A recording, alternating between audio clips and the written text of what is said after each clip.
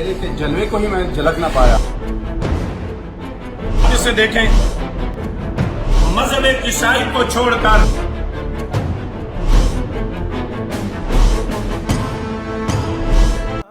اپنے بچوں کو دم کے لیے لے کے آیا تھا تو پیسہ میرے سامنے آیا تو ان کے چہرے کے جلوے کو ہی میں جھلک نہ پایا، اللہ ان کی جھلک مجھ سے برداشت نہ ہوئی، تو میں نے اسی ٹائم فوراً دل میں ارادہ کیا کہ میں نبی پاک کا کلمہ پڑھ لوں۔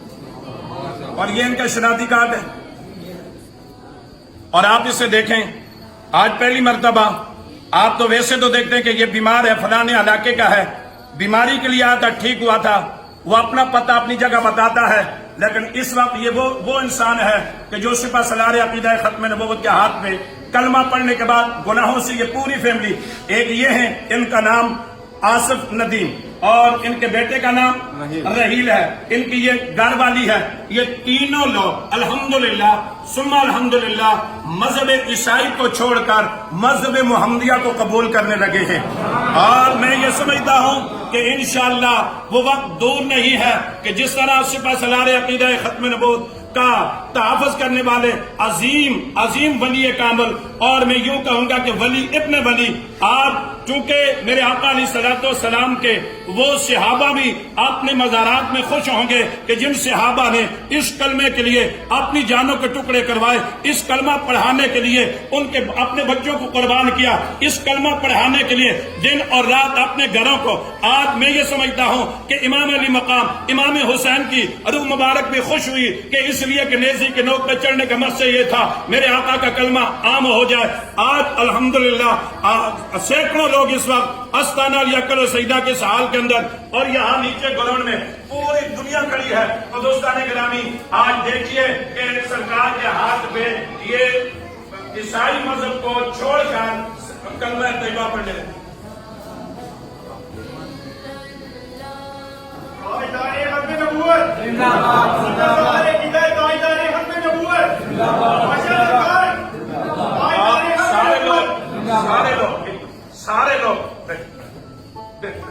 سارے لوگ اس طرح توجہ ہوں، سرکار جی کی موجودگی میں یہ میں کلمہ طیبہ پڑھنے لگے ہیں۔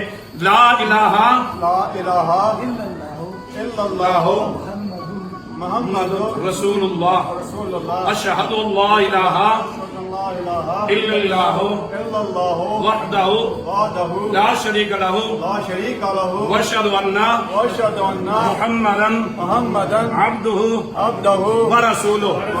نعرہ لگائیں تاجدار ختم نبوت، زندہ باد۔ آپ خود لگائیں نعرہ تاجدار ختم نبوت، تاجدار ختم نبوت۔ دوستان گرامی، میں تمام زائرین کی طرف سے جو اس وقت استانہ الیقل و سجدہ میں موجود ہیں، میں سپہ سالار عقیدہ ختم نبوت کو مبارکباد پیش کرتا ہوں۔ آپ کے لیے آپ ہاتھ اٹھائیں، دعا کریں کہ اللہ تعالیٰ سپہ سالار عقیدہ ختم نبوت کو اتنی زندگی عطا فرمائے تاکہ اس دھرتی جو بھی آئے ان کی زیارت کرے تاکہ وہ مسلمان ہو جائے۔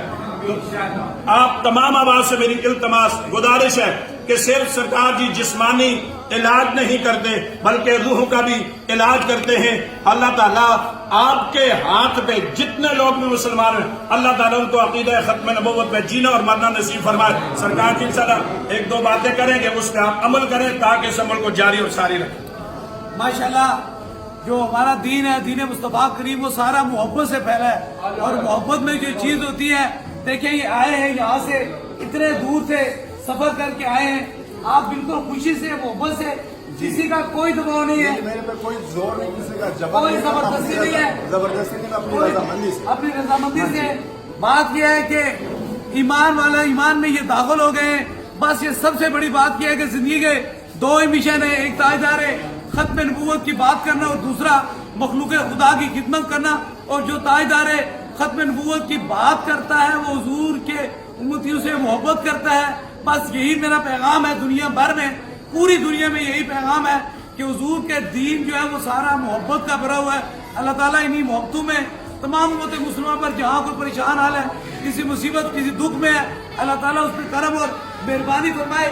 خاص طور پر کشمیر کے جو مسلمان ہیں، جو انڈیا کا ان پہ ظلم ہو رہا ہے، اللہ تعالیٰ ان کو آزادی نصیب فرمائے۔